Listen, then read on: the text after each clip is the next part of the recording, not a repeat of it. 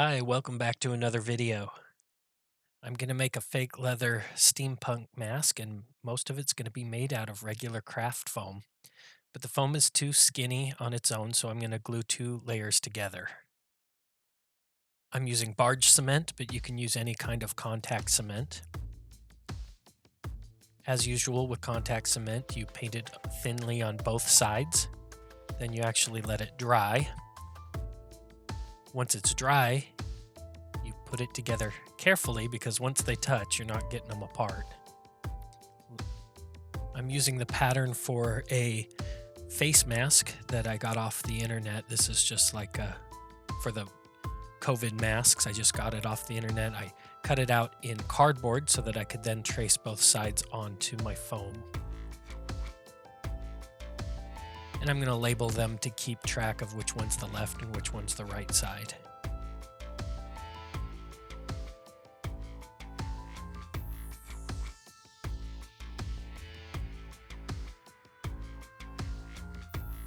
I use these lines on the edge to help line up the edges when I will glue them together. You can't breathe through the foam, so we're going to cut some holes in the foam that will look like lacing holes in the leather. To do this, I'm just using some brass tubes that I got at the hardware store. You can just use the edge of a craft knife and just rotate it on here, and it will actually sharpen the edge. With some pressure and a little bit of a twist, you can cut out little holes just like a cookie cutter.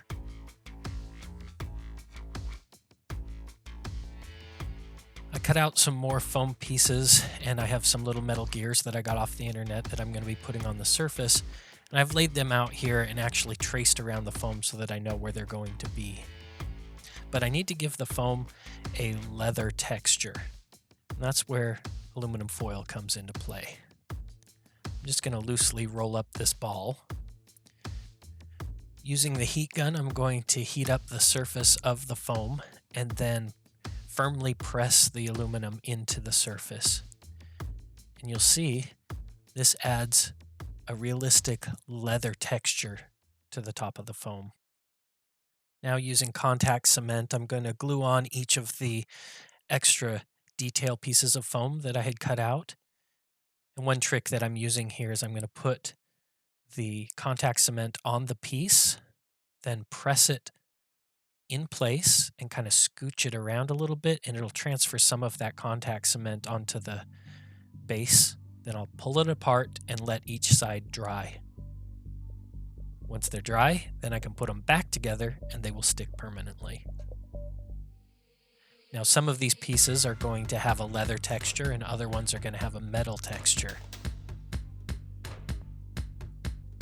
Now it's time to put the two halves together to make the mask.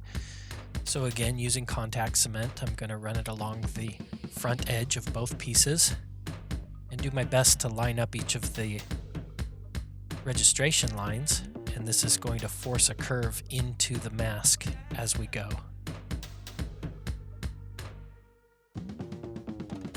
A little press down in the front will kind of force them together so that the whole front edge is touching. Now it's going to be held on by fake leather straps. So I've cut several strips of the foam and I'm just gluing the ends together here, but that's not going to be very strong. Also, it's too thin, so it needs to be 2 pieces thick. To add strength, I'm going to kind of lay them like you would lay bricks so that a full piece goes across the seam.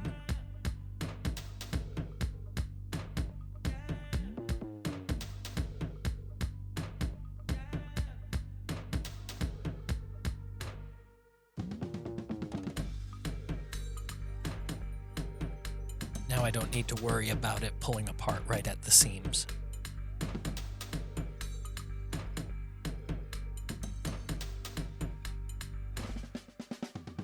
Now I'm going to connect the straps onto the mask using contact cement. And I've made the straps longer than they need to be. I'll cut them to the proper length later. Now I want to simulate buckles on the opposite end. And so I cut out, again using craft foam, just some basic buckle shapes. And then I cut out holes in the straps.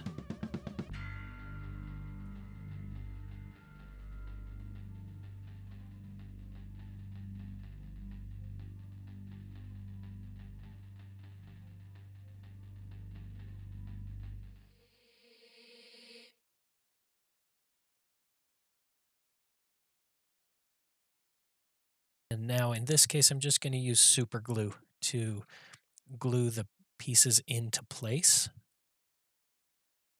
And I've cut a little thin strip that I can stick through as if it's still part of the buckle. So this all looks like a buckle from the outside.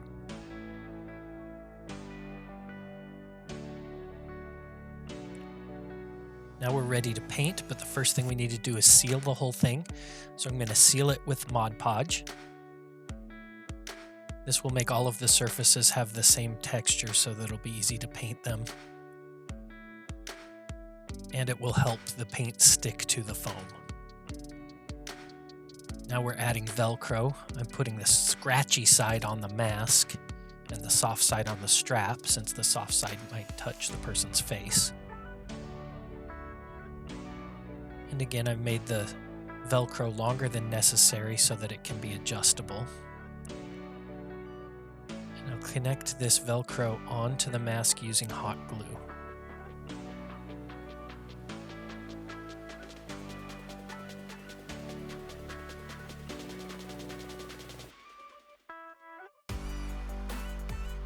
Now it's time to start painting it. You can see the colors of the paint that I'm using up there in the corner.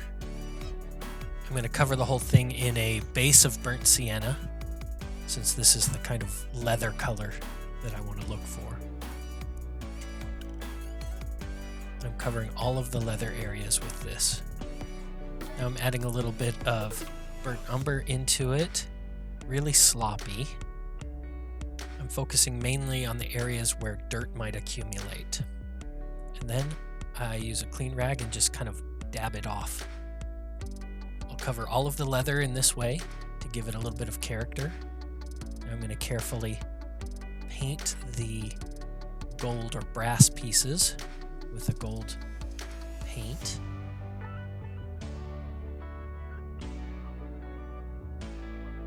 There we see all the brass.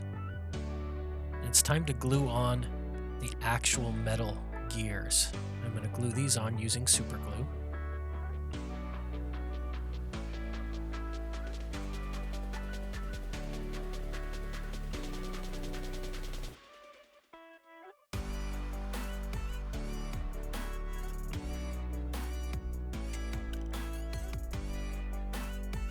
I took a piece of wire and bent it into shape, painted it with the same gold paint. And now I've got some pieces from plastic model kits. And I will put those in place as well with super glue, and then paint them with the similar gold paint. Now I want to add a little bit of grime into the areas around the gears, so I'm doing the same thing with the burnt umber, splotching it on, and then I will dab it off just like before.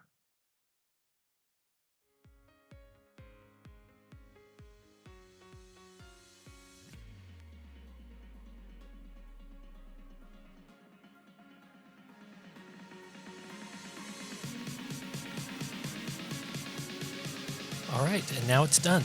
Let's take a look and see how it turned out.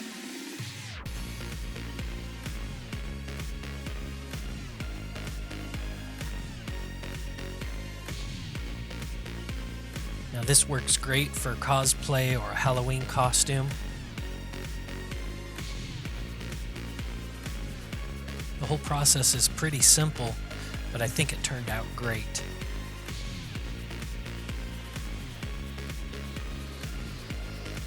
If you enjoyed this video, please don't forget to leave a thumbs up.